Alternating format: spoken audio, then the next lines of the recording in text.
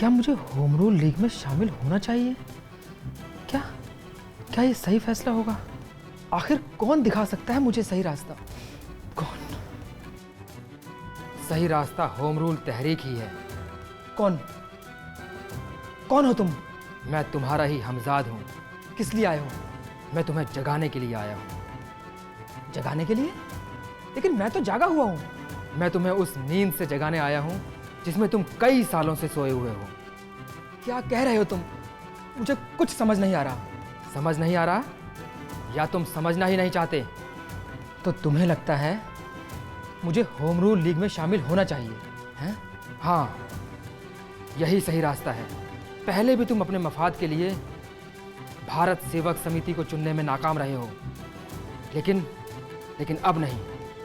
उस वक्त दौलत कमाना और पिताजी की ख्वाहिशात मेरे लिए सबसे अहम थी। तो क्या दौलत की अहमियत तुम्हारे लिए मुल्क से ज्यादा है? मैंने ऐसा तो नहीं कहा। कहा नहीं, मगर किया तो वही। तुमने हमेशा अपने मफाद को तरजीह दी है दयानाथ, अपने मफाद को ही तरजीह दी है तुमने। तो क्या कुनबे के फायदे के लिए मफाद को चुनना गलत है? लेकिन खिदमत मुल्क से इनकार भी तो गलत है। तो क्या मुल्क की खिदमत के लिए घर और कुनबे को पसपुश्त डालना सही है? लेकिन सिर्फ अपना ही अपना सोचना भी तो गलत है। आज मुल्क के जो हालात हैं उनसे निपटने के लिए हर एक हिंदुस्तानी को आगे आना होगा। मुल्क के प्रति तुम्हारे कुछ फराइज हैं जिन्हें तुम्हें पूरा करना होगा। शायद तुम ठीक कहते हो। अब वक्त आ गया है जब मुझे कमज़ोरों की खिदमत करनी होगी और मुल्क को गुलामी से आज़ाद कराने में अपना ताउन करूं। लेकिन का वक्त नहीं है दयानाथ, अब फैसले का वक्त है। हाँ, तो ठीक है, मैंने फैसला कर लिया है। मैं कल ही होम रूल लीग में शामिल होने जाऊंगा। हाँ, कल ही।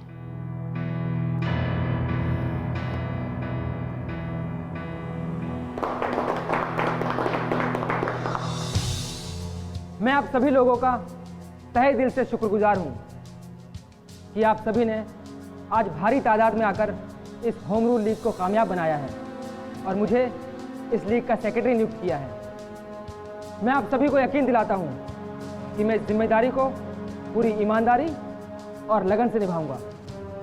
मुल्क की खिदमत के लिए मुझसे जो बन पड़ेगा वो मैं करूंगा। देश की आज़ादी के लिए अगर मुझे अपनी जान भी कुर्बान करनी पड़े तो मैं पीछे नहीं हटूंगा। एक बार फिर से मैं आप सभी लोगों का शुक्रिया अदा करना चाहता हूं।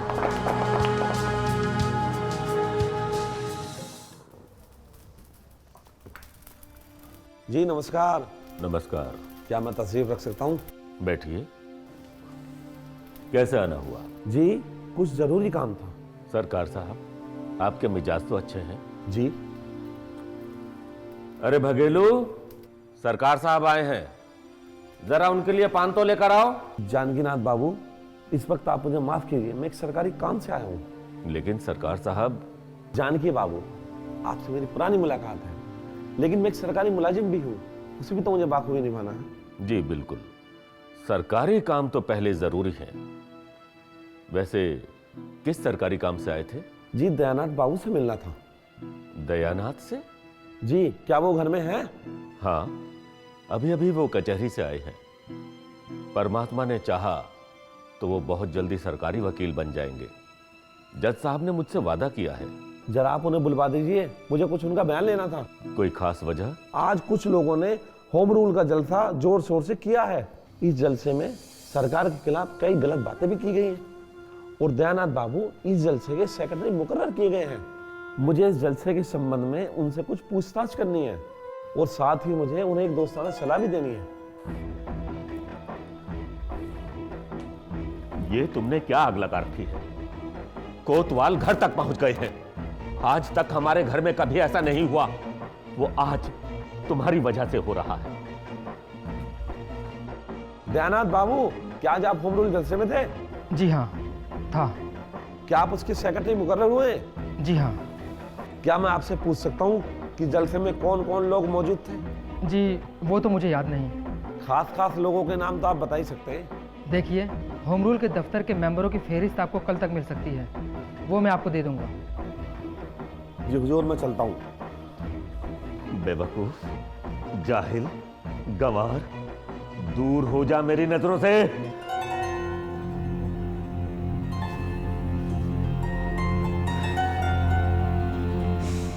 माँ तुम तो अच्छी तरह से जानती हो मैं कुछ भी गलत काम नहीं कर रहा हूँ। मैं जो कुछ भी कर रहा हूँ देश की सेवा के लिए कर रहा हूँ, देश हित में सारे काम कर रहा हूँ।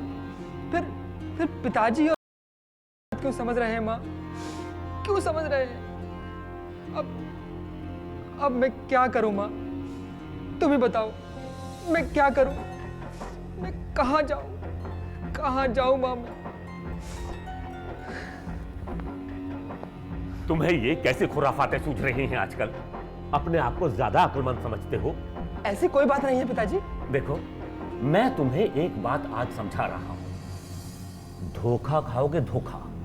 देखना, वक्त पड़ने पर कोई काम नहीं आएगा। पिताजी सच कह रहा हूं, मैंने ऐसे पता नहीं कितने ही लोग देखे हैं जिन्होंने इस मुल्क पर अपना सब कुछ न्यौछावर किया, लेकिन जब मुकदमे में फंसे तो कोई पैरवी करने नहीं आया। लेकिन वो लोग ऐसे नहीं है पिताजी, और अब तो हालात भी बदल रहे हैं।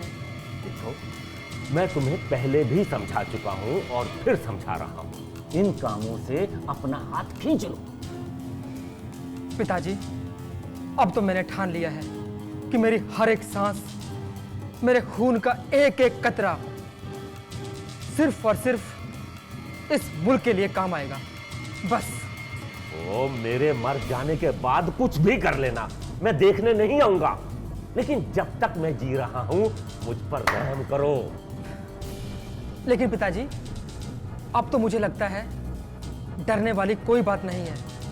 मुल्क भर की इस मामले में एक ही राय है। देखो, जो हो गया सो हो गया, अब तुम एक खत लिखकर इस्तीफा दे दो। नहीं पिताजी, नहीं, मैं ऐसा नहीं कर पाऊंगा। इसका मतलब पिता पर बेटे का कोई हक नहीं। पिताजी, आपका मुझ पर पूरा हक है, और इसकी इज्जत करते हुए मैंने आज तक अपने आप को हर सियासी काम से दूर रखा है। लेकिन अब नहीं, अब तो पूरे मुल्क में बेदारी छा रही है, और अगर आज भी हम हाथ पर हाथ धरे बैठे रहे तो ये अपने अहले वतन पर सबसे बड़ा जुल्म होगा पिताजी, सबसे बड़ा जुल्म। ठीक है, जो जी में आए करो। मुझे अब अच्छी तरह पता चल गया है कि मैं अपने बेटे पर किसी प्रकार का कोई भी हक नहीं रखता। पिताजी, हाँ, मैं तुम्हें लास्ट वार्निंग दे रहा हूं, मैं अपने घर में पुलिस नहीं देख सकता, यह मेरी कुव्वत बर्दाश्त से बाहर है। तुम्हें सियासत में हिस्सा लेना है तो शौक से लो, लेकिन मेरे घर से बाहर जाकर। तो ठीक है पिताजी, जैसा आप चाहें। मैं आज ही आपका घर छोड़ देता हूं।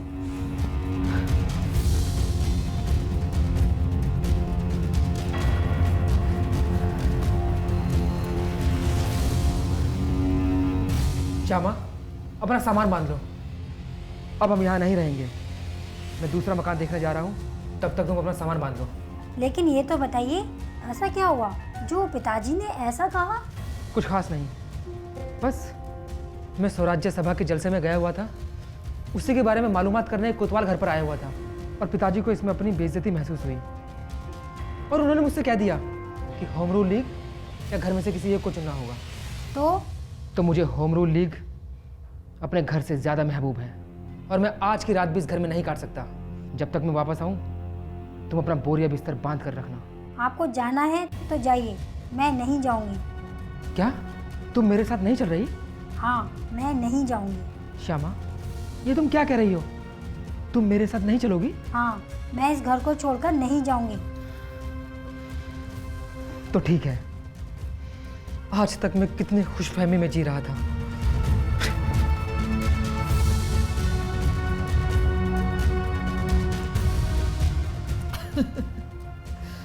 मैंने श्यामा पर कितना भरोसा किया था। पहले पिताजी और अब श्यामा, सबके असली चेहरे मेरे सामने आ गए हैं आज। सबके चेहरे से नकाब उठ गया है आज। मेरे अपनों ने ही आज मेरे एतमाद को ठेस पहुंचाई है। पिताजी कह रहे थे कि मुझे धोखा मिलेगा, और उनकी बात सच भी तो हो गई। मेरे अपनों ने ही मुझे धोखा दे दिया। गैरों के दिए धोखे तो फिर भी बर्दाश्त हो जाते हैं, लेकिन अपनों का धोखा। लेकिन हाँ, आज पहली ही आजमाइश ने मेरी सारी खुशफहमी को दूर कर दिया।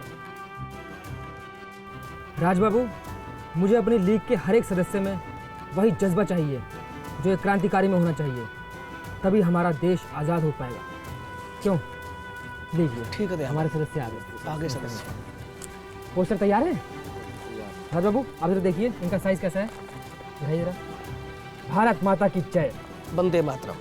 राजबाबू, अगर ये पोस्टर हमारे नगर के कोने कोने में लग जाएं, तो वो दिन दूर नहीं जब हमारे देश का हर एक नागरिक बोल उठेगा, भारत माता की जय और वंदे मातरम। मैं आपके काम से बहुत खुश हूँ। इन पोस्टरों को नगर के कोने कोने में लगा दीजिए, और हाँ, ये सरकंडे और झंडे भी ले जाइए और हमारे होम रूल लीग के हर एक सदस्य को दे दीजिए। ठीक है? आज़ादी की लड़ाई में उनका पूरा योगदान चाहिए। चलिए, धन्यवाद।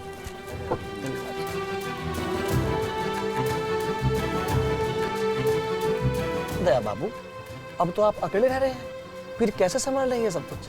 देखो राजबाबू, जब मन में जज्बा और जोश हो तो सब कुछ हो जाता है।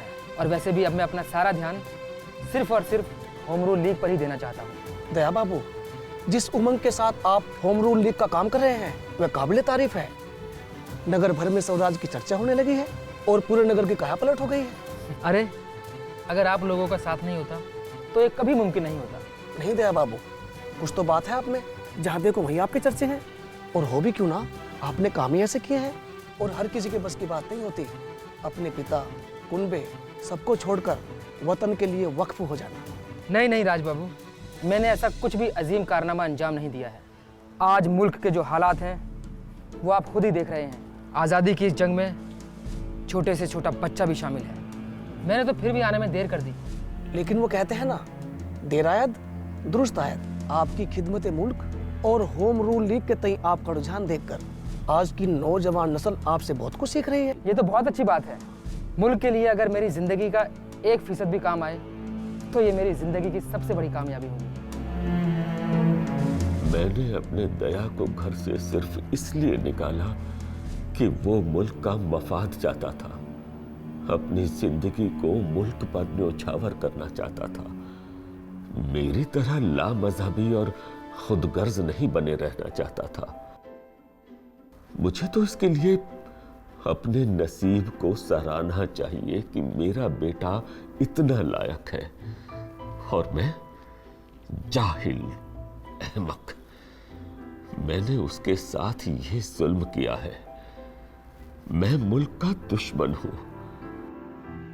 मैं तो इस लायक भी नहीं कि वो मुझे अपना पिता कह सके।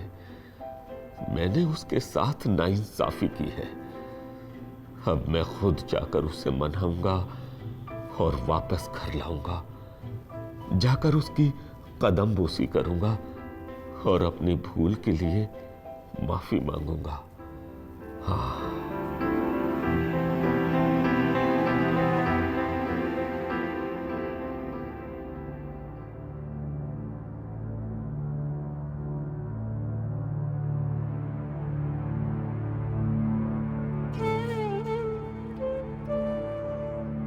आज मैं नाकाम हो गया। हमारा बेटा हमसे बहुत दूर हो गया है। मुझे तो लगता था कि वो हमेशा मेरी बात मानेगा, लेकिन मैं गलत था। हाँ, मैं जानता हूं कि मैंने ही उसे घर से चले जाने को कहा था। उस वक्त मैं नाराज था, और आखिर मैं उसका पिता हूं। यह हक है मेरा। क्या उसे आकर मुझसे माफी नहीं मांगनी चाहिए?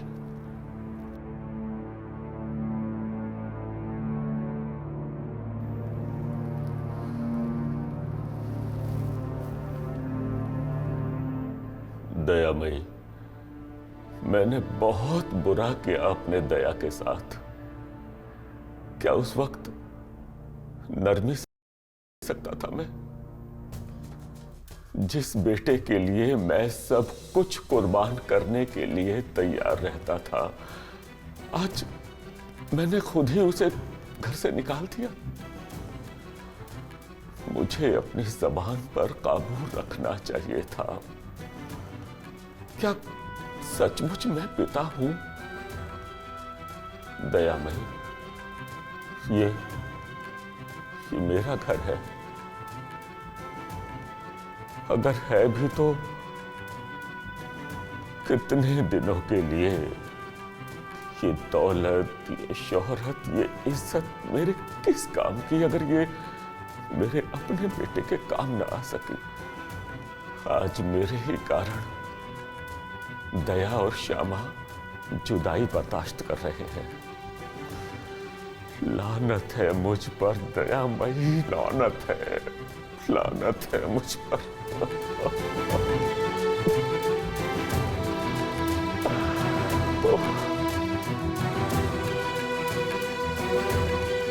आज कहाँ रह गए पिताजी?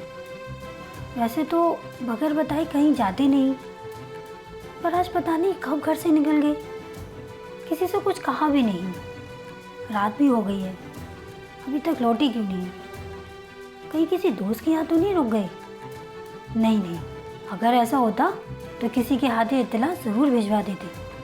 बाबूजी के कमरे में ये खत रखा था।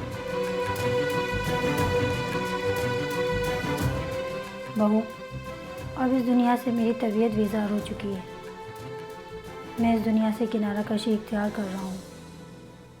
ये इत्तला दयानाथ को दे देना, और अगर फिर भी वो घर वापस ना आए तो उसी के साथ जाकर रहना। मैं अब कभी घर ना लौटूंगा। कौन जाने ये मेरी आखिरी मुलाकात हो। दयानाथ से कह देना मेरा जुर्म माफ़ करे पिताजी।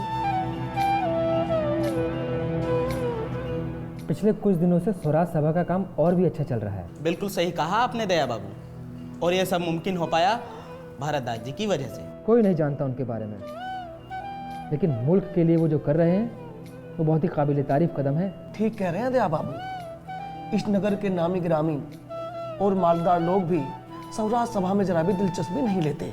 मदद करना तो दूर की बात है। और एक हमारे भारतदास बाबू हैं जो बगैर किसी नाम नमूद के हमारी और इस लीग की मदद कर रहे हैं। और इतना ही नहीं, वो हर महीने सेक्रेटरी साहब के नाम रुपए भेजते हैं, और उसमें उनको खर्च करने का तरीका भी लिखा हो।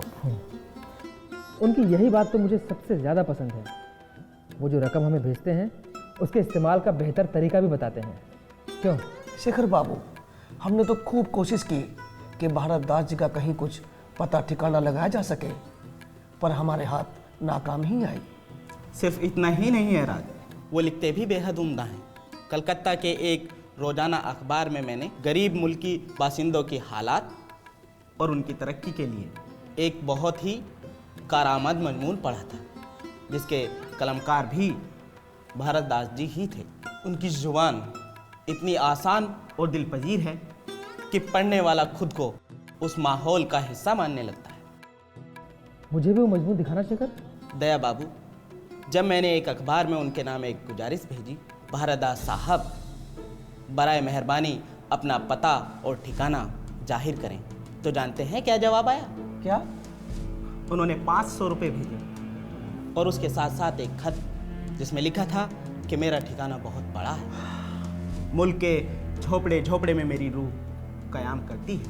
इस रकम से मुल्क के झोपड़ों में जाकर स्वराज का पैगाम पहुंचा, तो समझ लेना आप मुझसे मिल रहे हैं। क्या खूब बात कही उन्होंने।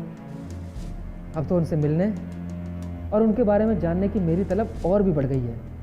क्यों शेखर? जी दया बाबू। चलो हम लोग आगे की कार्रवाई शुरू करते हैं। राज, मैंने तुमको उस मीटिंग में भेजा था, वहाँ से ये पत्र लेकर हमारे लीग के सही मेंबरों में दे देना, ठीक है?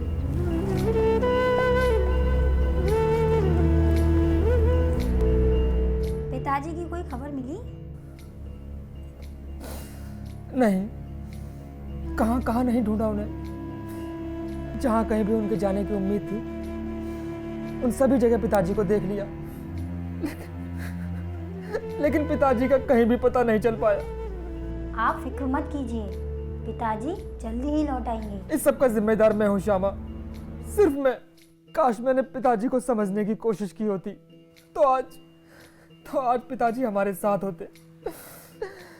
मैं खुद को इसके लिए कभी माफ नहीं कर पाऊंगा श्यामा, कभी नहीं। इसमें किसी की गलती नहीं है, ये सब तो हालात का कसूर है। उस वक्त हालात भी कुछ ऐसे थे, उन पर किसी का काबू नहीं था। मैं नहीं जानता था श्यामा, मुझे एक छोटी सी गलती की इतनी बड़ी सजा मिलेगी। मैं नहीं जानता था।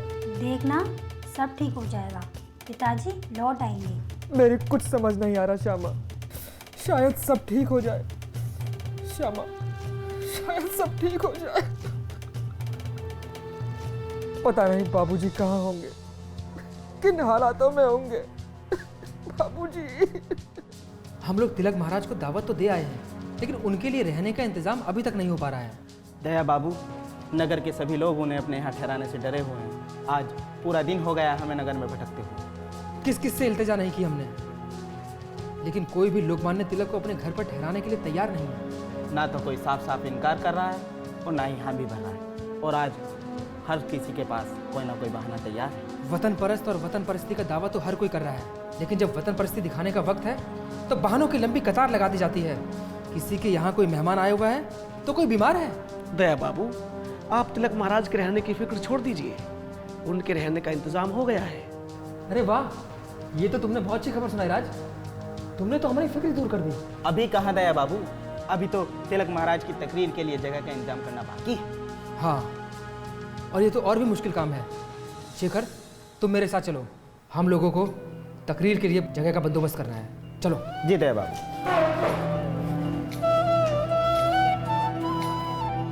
दया बाबू, सुबह से शाम हो गई, मंदिर मस्जिद ऐसी कोई जगह नहीं छोड़ी हमने, लेकिन अभी तक कोई जगह नहीं मिली तकरीर के लिए। सही कह रहे हो तुम, लेकिन तुम फिक्र मत करो शेखर। अब हम लोग यहाँ आए हैं ना, देखना यहाँ हमारा काम जरूर बन जाएगा। वनमाली बाबू का ये अहाता कितना बड़ा है, देख रहे हो ना तुम। नगर के कई बड़े जलसे इसी अहाते में हुए हैं, और मैंने तो सुना है वनमाली बाबू बहुत शरीफ आदमी हैं। देखना, वो हमें अहाते के लिए कभी मना नहीं करेंगे। खैर मना तो नहीं करेंगे, लेकिन वनमाली बाबू है कहाँ, अभी तक आए क्यों नहीं? सही कह रहे हो तुम, मैं भी यही सोच रहा हूँ, वनमाली बाबू कहाँ हैं। नमस्कार दया बाबू, क्या बात है, बड़े दिनों बाद इधर का रुख किया? बस ऐसे ही, वनमाली बाबू से कुछ काम था। लेकिन वनमाली बाबू तो शहर से बाहर गए हैं, करीब 10 दिन बाद लौटेंगे। 10 दिन बाद? तो क्या हुआ, हमारे लिए जैसे वनमाली बाबू वैसे ही आप हैं। आप ही हमें अहाते में एक जलसा करने की इजाज़त दे दीजिए। लेकिन साहब, वनमाली बाबू होते भी तो क्या कर लेते? क्या मतलब? मतलब ये कि वनमाली बाबू ने ये आहता 15 दिन पहले किसी को बेच दिया है। क्या? किसने खरीदा? ठीक तो बाबू साहब ही जाने, लेकिन इतना मालूम है कि वो इलाहाबाद के रहने वाले हैं। इलाहाबाद से? अब क्या होगा दया बाबू, अब तो ये जगह भी अपने हाथ से गई। खत? नमस्ते शेखर, आखिर ऐसा क्या है इस खत में? अरे शेखर, ये तो भारतदास जी का खत है, और वो भी इलाहाबाद से। मैं इसी नगर में हूँ। मुझे मालूम हुआ है कि आपको इस वक्त तकरीर के लिए जगह नहीं मिल रही, लेकिन अब आप जगह की फिक्र न करें। आप वनमाली बाबू के अहाते में ही तकरीर का इंतज़ाम शुरू कर दीजिए। उस अहाते को मैंने 15,000 रुपये देकर नगर में एक बड़ा क्राफ्ट कॉलेज कायम करने के लिए ख़रीद लिया है, और आज शाम अहाते में मैं आप लोगों के दीदार भी करूँगा। आपका अपना भारतदास। देखा शेखर, अब हमारा काम ज़रूर हो जाएगा। भारतदास जी हमारी कितनी मदद कर रहे हैं। लेकिन शेखर, ये भारतदास जी हैं कौन? दया बाबू, ये भारतदास जी तो खुद भगवान बनकर हमारे सामने आ गए। स्वराज की जय हो, भारत माता की जय हो, स्वराज की जय हो, भारत माता की जय हो। देखिए दोस्तों, आज हम सबको अपने देश की एकता और अखंडता के लिए एकजुट होना होगा। हमारे देश के अनेक वीरों ने इस झंडे के नीचे अपने प्राणों की कुर्बानी दी है। हमको इन अंग्रेजों को अपने देश से दूर भगाना होगा। हमको जताना होगा कि हमारा मुल्क सिर्फ हमारा है और इस झंडे के प्रति हमारा कुछ दायित्व बनता है। तो आओ दोस्तों, हम इस झंडे को नमन करें। लो, इस झंडे को लेके हम सब एक जुलूस में जाएंगे, ठीक है?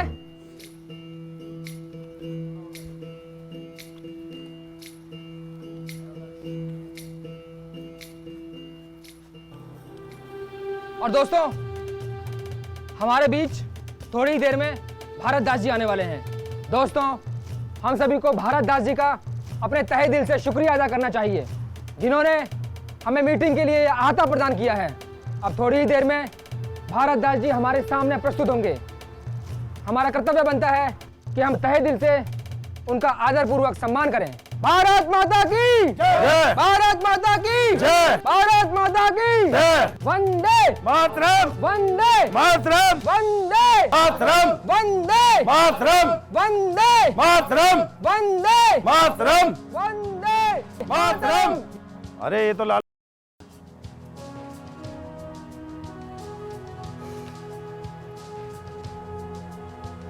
पिताजी,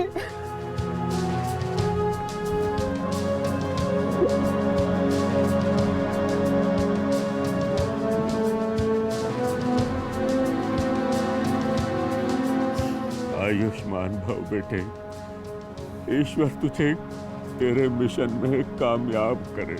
पिताजी।